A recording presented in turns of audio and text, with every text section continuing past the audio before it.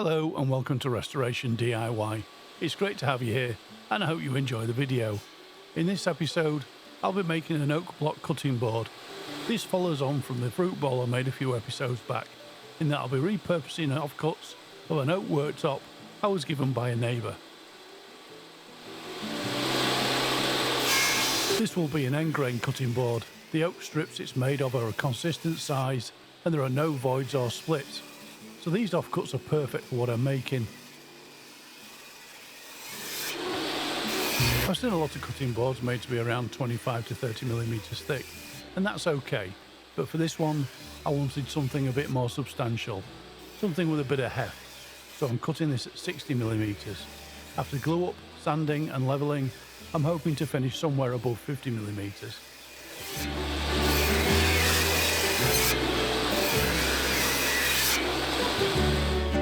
For the glue up I went with Titebond 3. This is waterproof, whereas Titebond 2 is only water resistant. The key here is to get plenty of glue across all the glued surfaces, and for me that means both sides of the joint. I won't show all the glue spreading, but once done I got all the pieces turned up right, and it was then that I'd realised I'd put glue both sides of the first strip, so I quickly applied more glue to an extra piece and placed it so that it had an unglued surface facing the timber caul.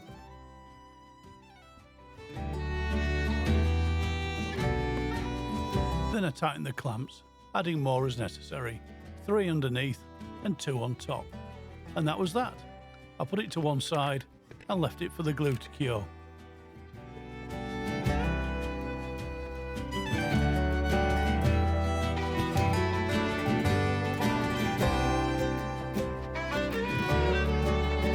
It's 2 days later, plenty of time for the glue to bond all the strips together.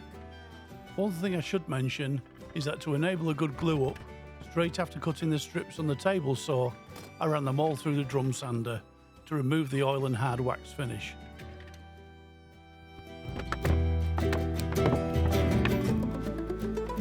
Clamps released and it all looks good. Just the extra bit to cut off, then I could move on to the next stage.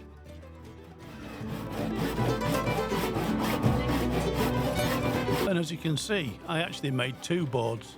The second one will be featuring in an upcoming video. I'll be doing something a bit different with that one.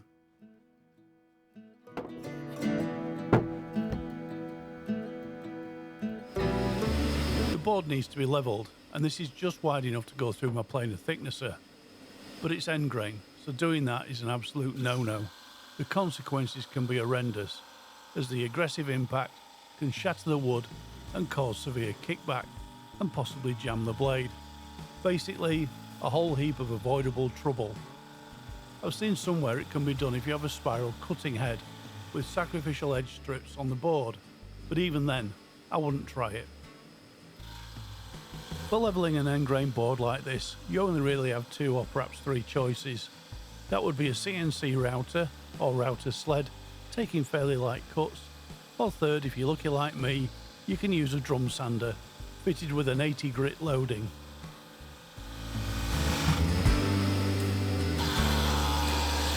The only downside to using the drum sander is the time it takes. You can't rush it. If I tried a heavier cut, the machine tripped out. I was maybe taking a 64th of an inch, just less than 0.5 of a millimetre at a time, and I was stopping every now and again to let it cool down.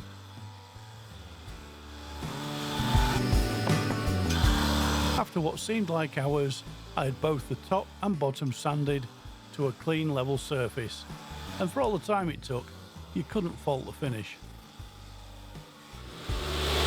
Then it was back to the table saw, trim the ends to square. The table length into the blade is a bit short for this, and I don't have a saw sled, so I had to freehand the first bit until I could get the standard square in position, and it was a pretty easy cut.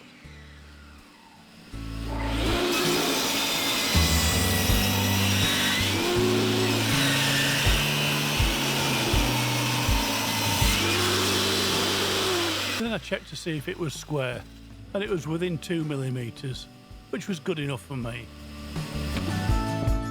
Now it was to size, I found out just how heavy it is, so I figured it'll need recesses on the ends to give you somewhere to get your fingers in when moving it around.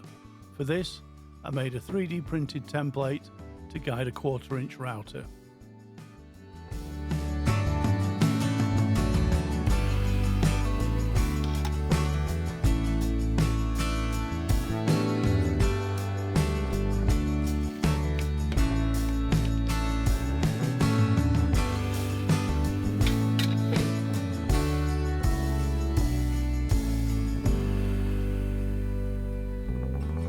Then I could line up the template using the centre line I'd printed on it.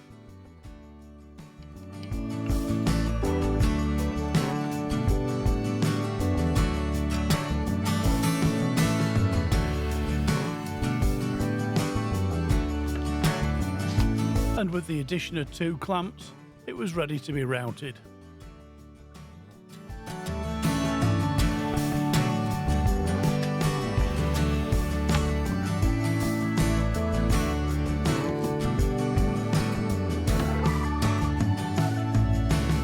This is a template profile router cutter in a Katsu 1/4 inch router.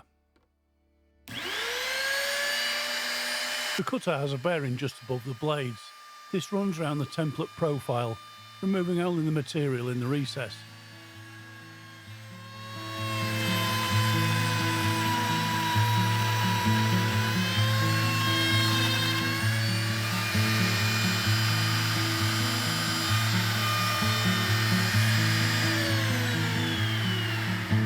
With the recess cut to around 10mm deep, I changed the cutter to a 6mm bull nose. This also has a bearing fitted to it, and with the template removed, I can use the recess to guide it.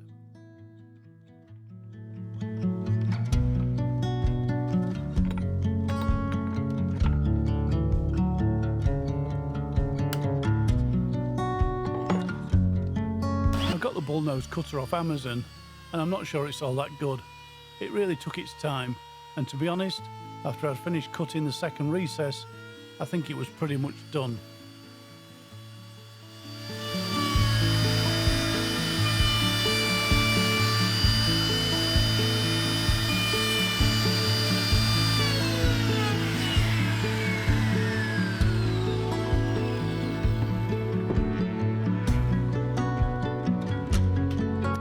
Now I had to soften the edges. For this I used a 1/4 inch round over bit from Bosch, so I hope to have a better cut with this one. I switched routers as well. The Katsu was so hot I could barely touch the metal casing.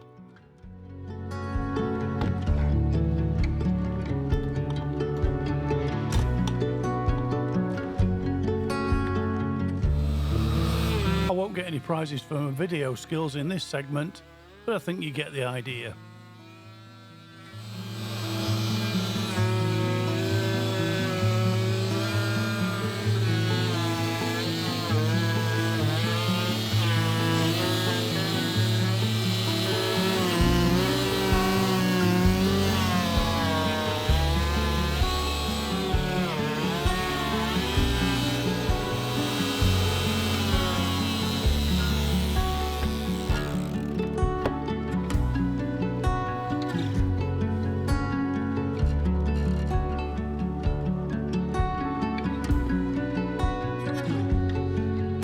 Underside done.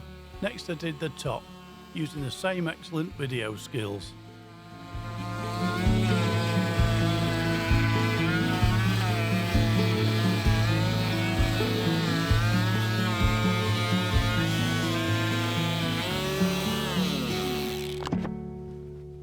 And finally the ends, this time with a bit more effort from the cameraman, though there's still room for improvement.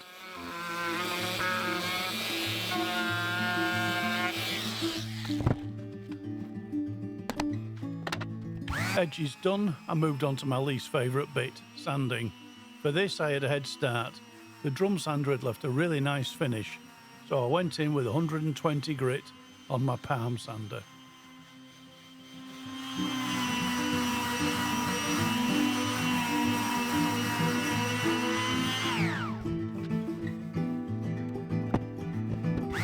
Because it was end grain, I didn't have to worry about sanding in any particular direction.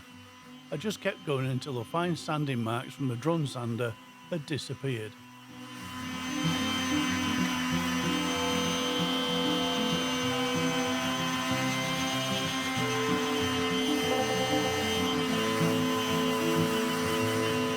sides and the ends got the same treatment, making sure to maintain the soft 1/4 inch round over.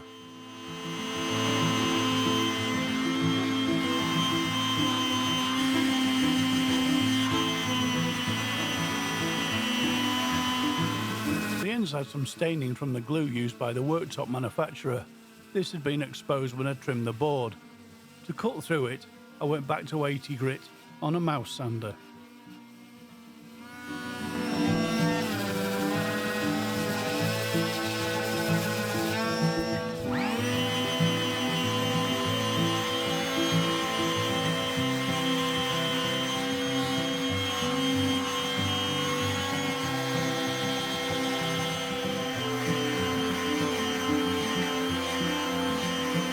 After 120, I used 180, then 240 grit sandpaper.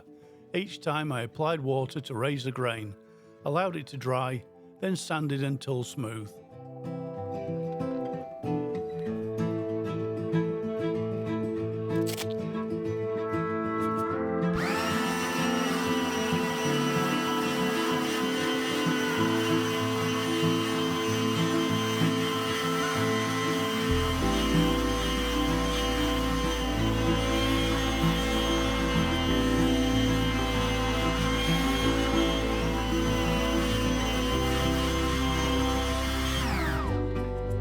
Finally, the sanding was done. Next, I applied the finish.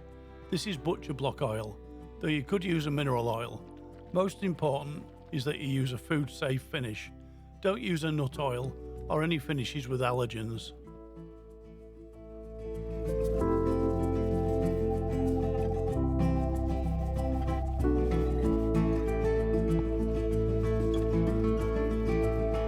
I gave it a good all-over soaking, then left it for an hour and came back for another application. In total, I gave it 3 coats of oil. And for note, I have no idea why my camera's moving around. It's mounted on a wheeled tripod and I wasn't touching it. I haven't noticed it before. Very weird.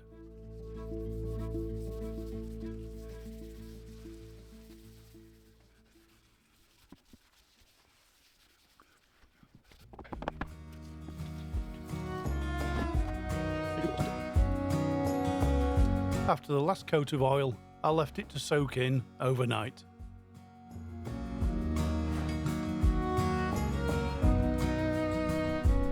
It's the next day and the finish looks good. I considered giving it another couple of coats, but YouTube waits for no one, so it was on to the next thing.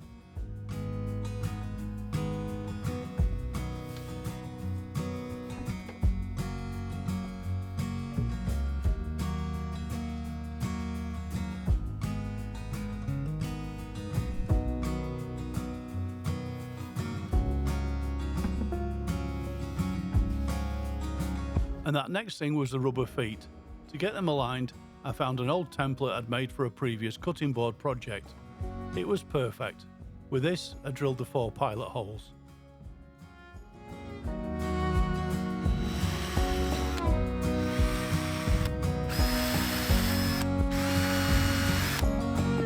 The rubber feet are 25 by 9mm with a steel insert. A single 10mm screw holds each one in place.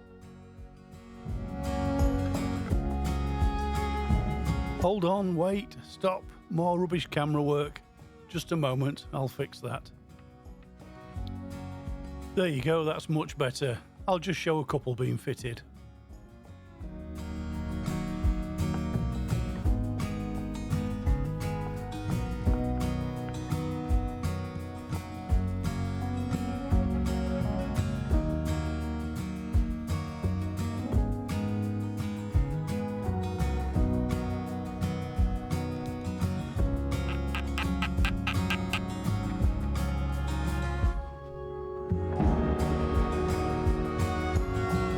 To complete the cutting board, I applied another finish. This is a food-safe cutting board wax. This adds a protective layer that helps to seal in the mineral oil and keep the board from drying out. Plus the wax creates a bit of a water-resistant barrier to help protect the wood from any liquids that get onto the surface. It's rubbed onto the board and buffed with clean paper towel. If you'd prefer, this can also be applied and left overnight to soak in, then buffed off.